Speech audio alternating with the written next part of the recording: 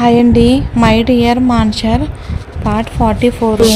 అప్పుడే లోపలికి అడుగు పెడుతున్న లోకేష్ గారిని చూసిన స్నేహకు ఆయన ఎవరో తెలియకపోవటంతో ఎవరు కావాలి అండి అని అడిగింది.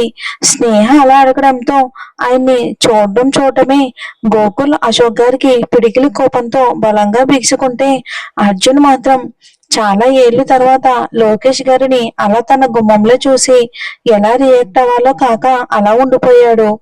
స్నేహ ప్రశ్నకు లోకేష్ గారు స్నేహను పూర్తిగా స్కాన్ చేసి ఒక వెకిలి నవ్వు నవ్వుతూ, నేను నీ మామగారి స్నేహితున్నమ్మా. వాడు ఈ భూమి మీద లేకపోయినా వాడి బిడ్డ కోసం అప్పుడప్పుడు ఇక్కడికి వస్తూ ఉంటాను. ఇప్పుడు మాత్రం నీ కోసమే వచ్చాను. మొన్న అనుకోకుండా అర్జున్ మాటల్లో నీకు ఎలా అయిందని తెలిసి చాలా బాధేసింది. అందుకే ఒకసారి చూసి వెళ్దామని వచ్చాను అన్నారు ఆయన ఒక కంట అశోక్ గారిని గమనిస్తూ. అసలు లోకేష్ గారి మాటలకి, అతని చూపులకి, అతని వెక్కిలి నవ్వులకి సంబంధమే లేకపోవటంతో స్నేహ అతన్ని అనుమానంగా చూస్తూ, ఓ అవునా బాబాయ్ గారు, రండి లోపలికి రండి అంటూ ఆయన్ని హాల్లో ఉన్న సోఫా చూపించి కూర్చోమన్నట్టు చెప్పింది. ఇక ఆయన కూర్చొని స్నేహాన్ని చూసి మళ్ళీ అదే వెకిలి నవ్వుతో, అయినా నువ్వు చాలా గ్రేట్ అమ్మా. అసలు ఆడగాలి తగలకుండా పెరిగిన అర్జున్ని తన మనసులో ఆడవాళ్ల మీదున్న ద్వేషాన్ని నీ ప్రేమతో, ఓర్పుతో, సహనంతో అర్జున్ని నీకు నచ్చినట్టుగా మార్చుకుని చాలా మంచి పని చేశావు. ఎక్కడ అర్జున్ అలాగే ఒంటరివాడిగా ఉండిపోతాడో అని చాలా బాధగా ఉండేదమ్మా. మొత్తానికైతే నీ చలవతో నా కోరికైతే తీరిపోయింది అన్నారు. అప్పుడు ఇక అర్జున్ మళ్ళీ పాత అర్జున్ లాగా మారితే ఇక్కడ ప్రళయం రావటం గ్యారెంటీ. ఈసారి కోపంతో స్నేహాన్ని తన్ని తరిమేసినా ఆశ్చర్యపోనక్కర్లొద్దు అన్న ప్లాన్ తోనే వచ్చి మంచిగా మాట్లాడుతున్నట్టే మాట్లాడుతూ అర్జున్లో నిద్రపోతున్న పాత అర్జున్ని మేలుకొల్పే ప్రయత్నం చేస్తున్నాడు లోకేష్. ఆయన మాటలకి అశోక్ గారికి అయితే పట్టరానంత కోపం వస్తున్నా ఇక రియాక్ట్ కాలేక జరిగేది చూస్తూ ఉన్నారు. ఇంచుమించు గోకుల్ పరిస్థితి కూడా అదే. అప్పటి వరకు గోకుల్ని గమనించని లోకేష్ అర్జున్ పక్కనే కడుపుతో ఉన్న మీరాని చూసి గోకుల్ని గమనించగానే ఆయన సంతోషం ఇంకాస్త ఎక్కువైపోయింది. వెంటనే నవ్వుతూ గోకుల్తో, ఓ గోకుల్, నువ్వు కూడా ఇక్కడే ఉన్నావా? మీరాన్ని చూపిస్తూ, ఆ అమ్మాయి నీ భార్యనే అనుకుంటా కదా మళ్ళీ అని అంటూ అర్జున్ వైపుకు తిరిగి, మొత్తానికి అర్జున్, నువ్వు చాలా అదృష్టవంతుడివి. నీ భార్య నిన్ను మార్చడమే కాదు, నీ లైఫ్ ని చక్కదిద్ది నీకు ఇన్ని బంధాలు అందించి నీ లైఫ్ ని కలర్ఫుల్ గా మార్చేసిందన్నమాట. దానికి బదులుగా నువ్వు తనకి ఎంత ప్రేమను తిరిగి అందించినా అది తక్కువే అవుతుంది అని అన్నారు ఆయన. ఇక ఆ మాటతో అంతా అయిపోయింది, ఇంకేముంది అని అనుకుని ఆయన కావాలి అనుకున్నవన్నీ కూడా ఆయన అర్జున్ని గమనించే లోపే స్నేహ నవ్వుతూ, ఇందులో నాదేం లేదులే బాబాయ్ గారు. మీరు అనుకున్నట్టు నా భర్తను నాకు నచ్చినట్టుగా నేనేమీ మార్చలేదు, నా ప్రేమతోనూ మార్చుకోలేదు. ఆయనంతటా ఆయనే నా మీదున్న ప్రేమతో అసలైన అర్జున్ గారుగా మారారు. ఆయన మారాక మా జీవితం చాలానే మారింది అని అంటూ అర్జున్ని చూసింది. అసలు లోకేష్ గారి మాటలకి పాత అర్జున్ అయ్యుంటే నిజంగానే ఆయన ఊహించినట్టే చాలా వైలెంట్ గా రియాక్ట్ అయ్యి ఉండేవాడే. కానీ ఇప్పుడు అర్జున్ మనసులో స్నేహకి తప్ప తన గతానికి ఎలాంటి చోటు లేకపోవడంతో అతని మాటలు అర్జున్ చెవులకు మాత్రమే చేరాయి. అందుకే అవి అర్జున్ని ఏ మాత్రం కదిలించలేకపోయాయి. ఇక నవ్వొచ్చి చేరటంతో స్నేహ అర్జున్ని చూస్తూ, ఆయనంటే మీకు చాలా ఇష్టంలా ఉంది బాబాయ్ గారు. మీ మాటల్లో ఆయనంటే ఎంత ప్రేమో తెలుస్తుంది కదా. మీరేం బెంగ పెట్టుకోకండి, ఆయనకు ఒక తోడు ఉండాలని మాత్రమే మీరు కోరుకుని ఉండుంటారు.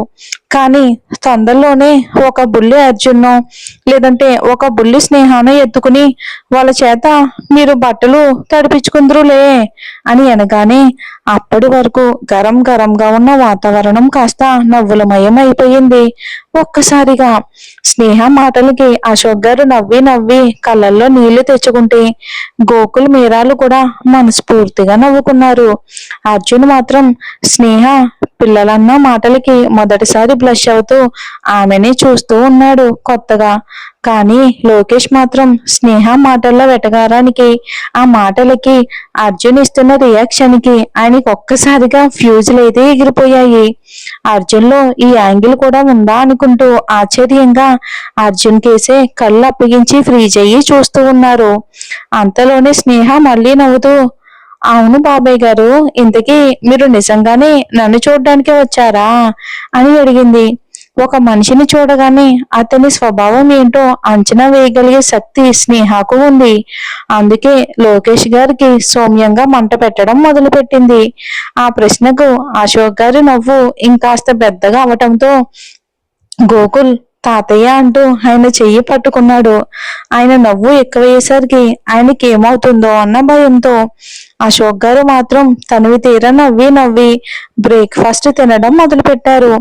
మీరా అర్జున్లు మాత్రం స్నేహ ప్రశ్నకు అయోమయంగా చూస్తూ ఉన్నారు. మొదలైంది.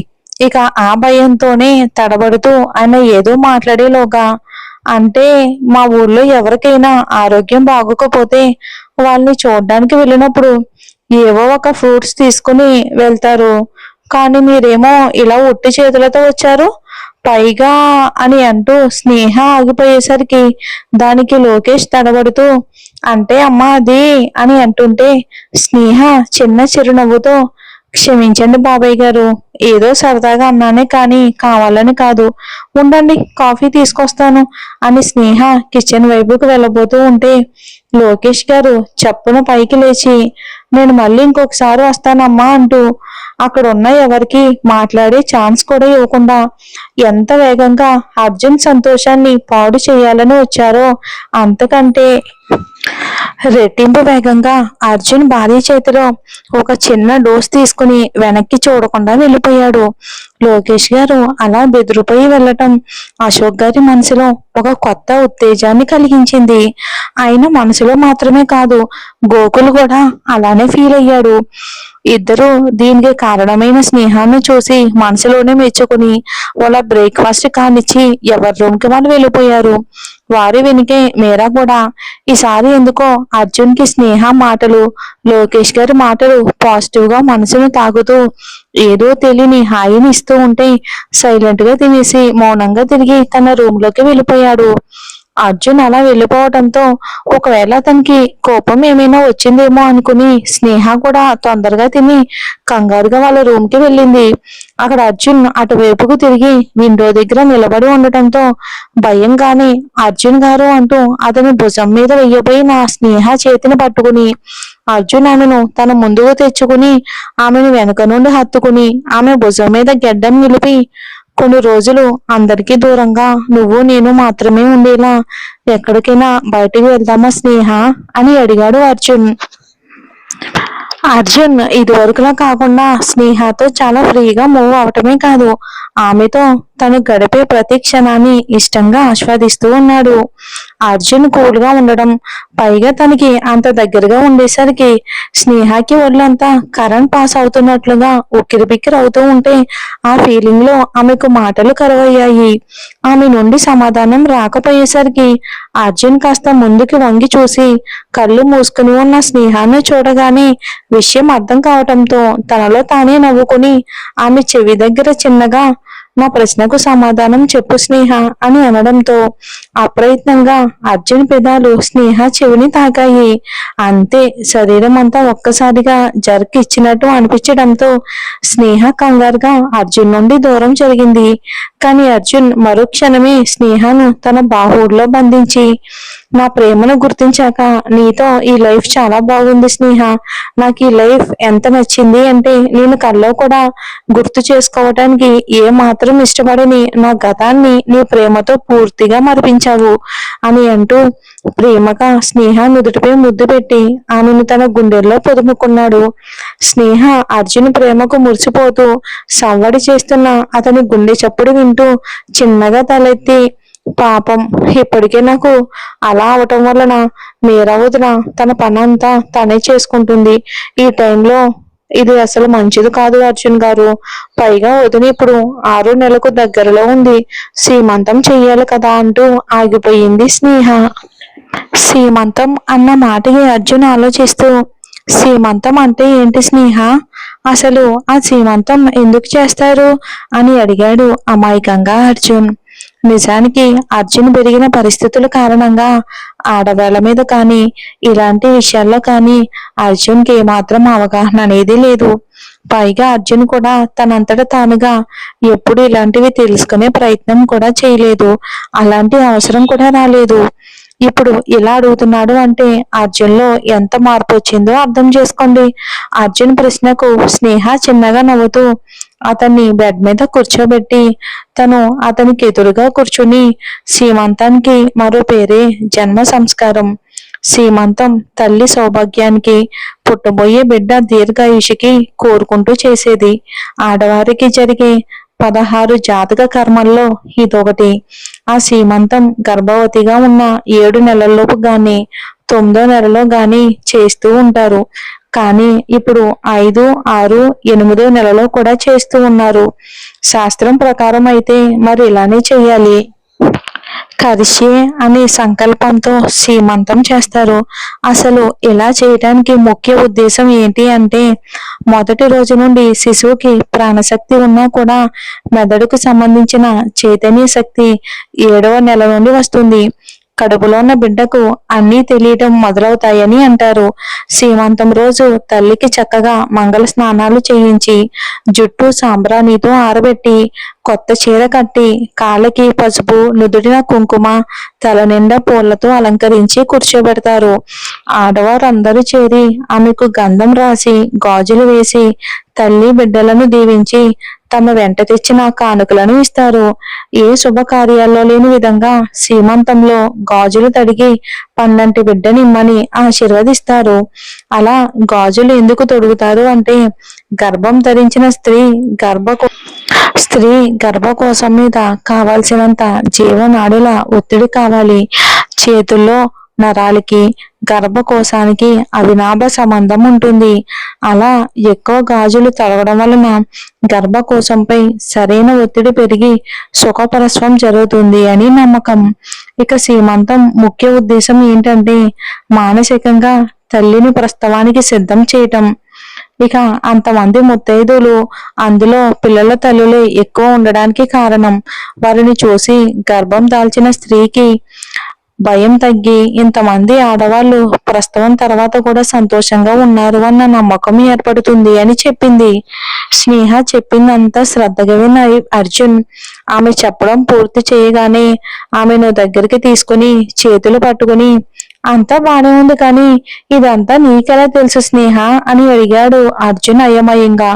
ఆ ప్రశ్నకు స్నేహ బాధగా ఒక నవ్వు నవ్వి, చిన్నప్పటి నుండి ఎవరి ప్రేమ అభిమానాలకు నోచుకోకపోయినా నానమ్మ తాతయ్యలు మాత్రం నన్ను చేరదీసి చాలా ప్రేమగా చూసుకునేవారు అర్జున్ గారు.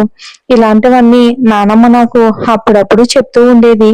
నేను పెద్దగా చదువుకోకపోయినా ఇలాంటి వాటిలో నా జ్ఞానం.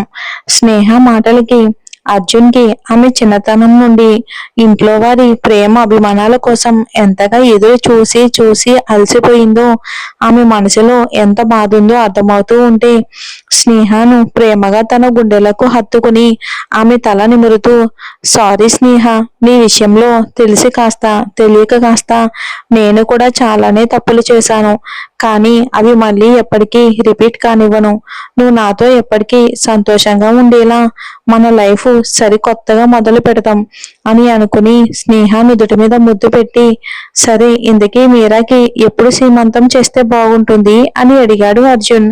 అప్పటికే ఆమె కళ్ళు వర్షించడానికి సిద్ధంగా ఉండడంతో అది అర్జున్ ఏమాత్రం భరించలేక డైవర్ట్ చేస్తూ, ఆ ప్రశ్నకు స్నేహ తనని తాను కంట్రోల్ చేసుకుని, ఒకసారి తాతయ్యతో మాట్లాడి అన్నయ్య వదినికి కూడా చెప్పి పంతులు గారి చేత ముహూర్తం పెట్టిద్దాం అర్జున్ గారు అని చెప్పగానే అర్జున్ పైకి లేచి స్నేహ చేయి పట్టుకుని, సరే పద, మంచి పని, పైగా నాకు ఊహ తెలిసాక ఇంట్లో జరగబోయే ఫస్ట్ ఫంక్షన్ ఎందుకు అని అంటూ స్నేహాన్ని తీసుకుని వెళ్ళి అశోక్ గారు ముందు నిలబెట్టి గోకుల్ మీరాలను కూడా పిలిచాడు అర్జున్.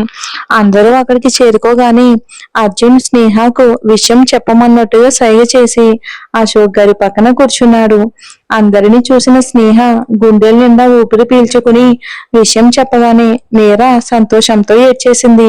ఆమె కన్నీళ్లు సంతోషంలో వచ్చినవి. అయినా సరే గోకుల్ ఆమెను తన గుండెల్లో పొదుముకుని ఆమె వెన్ను నిమురుతూ ఉంటే ఆమె కన్నీళ్లు చూసిన అర్జున్ వెంటనే లేచి మీరా ముందు మోకాళ్ళ మీద కూర్చుని ఆమె చేతులు పట్టుకుని ఆమె కన్నీళ్లు తుడుస్తూ, ఈ టైంలో నువ్వెంత హ్యాపీగా ఉంటే లోపల ఉన్న బేబీ కూడా అంత హెల్తీగా హ్యాపీగా ఉంటుంది అని స్నేహ చెప్పిందిరా. మరి నువ్వు ఇలా ఏడుస్తే లోపల ఉన్న బేబీ కూడా మరి బాధపడుతుంది కదా, ఏడవకురా అంటూ మీరా తల నిమిరేసరికి అర్జున్ మాటలకి మీరా అభిమానంగా అతని చేతులు తన నుదుటిగా ఆనించుకుంది. అశోక్ గారు అర్జున్ మీరాలను అలా చూస్తూ స్నేహతో ముహూర్తం పెట్టించి మీరాకి చేయాల్సిన తంతంతా ఎలా చేస్తే బాగుంటుందో అలా చేయమని ఇక బాధ్యత అంతా కూడా స్నేహ చేతికైతే అప్పగించేశారు అశోక్ గారు. మరి ఇంకిక్కడ స్నేహ ఇచ్చిన జర్కి లోకేష్ ఇంటికి చేరుకున్నాక చాలా సేపటికి గాని తేరుకోలేదు. కానీ తేరుకున్న మరుక్షణం అర్జున్ని తలుచుకుని పైశాచికంగా నవ్వుతూ, నీ భార్యకి నీ మీద ఎంత ప్రేమ ఉందో ఆ అమ్మాయి మాటల్లోనే కాదు కళ్ళల్లో కూడా తెలుస్తుంది అర్జున్. కానీ ఆ ప్రేమను జీవితాంతం పొందే అదృష్టం నీకు లేదు. నేనుండగా అలా జరగనివ్వను కదా. నీ భార్యను ఏదో తక్కువ అంచనా వేసి నిన్ను రెచ్చగొట్టి ఆ అమ్మాయిని తరిమేయాలి అని చాలా ఆశతో వచ్చాను అర్జున్. కానీ నీ జీవితంలో నీకింకా భార్యతో సంతోషంగా గడిపే మంచి రోజులు రాసున్నట్టున్నాయి. అందుకే ఈ రోజు నువ్వు నా నుండి తప్పించుకున్నావు. నీ భార్యకి నా మీద డౌట్ వచ్చినట్టుంది అర్జున్. అందుకే నా దగ్గర అది తెలివి ప్రదర్శించింది. అయినా నా ముందు అదొక పిల్ల పిచ్చుకతో సమానం అంటూ వెర్రిగా నవ్వుకుంటూ, ఈసారి ఇలాంటి సాదాసీదా ప్లాన్లు కాకుండా ఏదైనా సరే పెద్దగా చెయ్యాలి అని నిర్ణయించుకుని ఇక దాని గురించి ఆలోచిస్తూ ఉన్నాడు లోకేష్. ఇక అర్జున్ ఇంట్లో ఆ మరుసటి రోజు స్నేహ ఉదయాన్నే నిద్రలేచి యథావిధిగా తన పనులన్నీ ముగించుకుని అందరికీ అన్ని సమకూర్చి గుడికి వెళ్ళడానికని రెడీ అవుతూ ఉంటే అప్పుడే నిద్రలేచిన అర్జున్ ఆవలించుకుంటూ బెడ్ దిగి, మెలకు వస్తుంది స్నేహ అని అడిగాడు తన ముక్కుతో స్నేహ భుజం మీద రబ్ చేస్తూ. అర్జున్ ఊహించని చర్యకి స్నేహ చేతులు చల్లబడి నుదుటిన చిరు చెమటలు పడుతూ ఊపిరి భారంగా మారటంతో అర్జున్ తనలో తానే నవ్వుకుని స్నేహ భుజం మీద ముద్దు పెట్టి, వేచే స్నేహ నేను కూడా వస్తాను అని చెప్పి టవల్ తీసుకుని ఇంకా బొమ్మలో అలానే ఉన్న స్నేహ బుగ్గ మీద ముద్దు పెట్టి వెంటనే వాష్రూమ్ లోకి వెళ్ళిపోయాడు అర్జున్. అర్జున్ వెంటనే ఇచ్చిన షాకుల నుండి తేరుకోవటానికి స్నేహకు 5 నిమిషాలు పట్టింది. తేరుకున్న మరుక్షణం అర్జున్ చేసిన పనికి సిగ్గుతో బుగ్గలు మందారాలు పొయ్యిస్తూ దోసిట్లో మొహం దాచేసుకుని, ఈ మధ్య అర్జున్ కి బాగా అల్లరి ఎక్కువైపోయింది. ఆయన అల్లరితో నాకు మాటలు రాకుండా చేస్తున్నారు అని ముద్దుగా అర్జున్ ని తిట్టుకుంటూ మొత్తానికి అర్జున్ బయటకు వచ్చేసరికి తను రెడీ అయ్యి అర్జున్ కి కావలసినవన్నీ తీసిపెట్టి అతని కోసమే ఎదురు చూస్తూ కూర్చుంది స్నేహ. ఇంతలో వాష్రూమ్ నుండి అర్జున్ టవల్తో రావటం చూసి స్నేహ కంగారుగా బయటికి వెళ్ళబోయింది. కానీ అర్జున్ ఆమెకు ఆ అవకాశం ఇవ్వకుండా వెంటనే రూమ్ డోర్ లాక్ చేసి స్నేహాన్ని చూసి అల్లరిగా నవ్వుతూ, నువ్వు ఇక్కడే కూర్చో, కదలావంటే ఊరుకోను అని కాస్త సీరియస్ గా చెప్పి స్నేహ తీసిపెట్టిన డ్రెస్ నుండి ట్రౌజర్ తీసుకుని డ్రెస్సింగ్ రూమ్ లోకి వెళ్ళి ఆ ట్రౌజర్ వేసుకుని వచ్చి షర్ట్ వేసుకుంటూ, అవును స్నేహ, ఇందుకి గుడికి ఎందుకు వెళ్తారు అని అడిగాడు అర్జున్ చాలా నార్మల్ గా. మరి ఏం జరుగుతుందో మనం వచ్చే ఎపిసోడ్ లో చూద్దాం.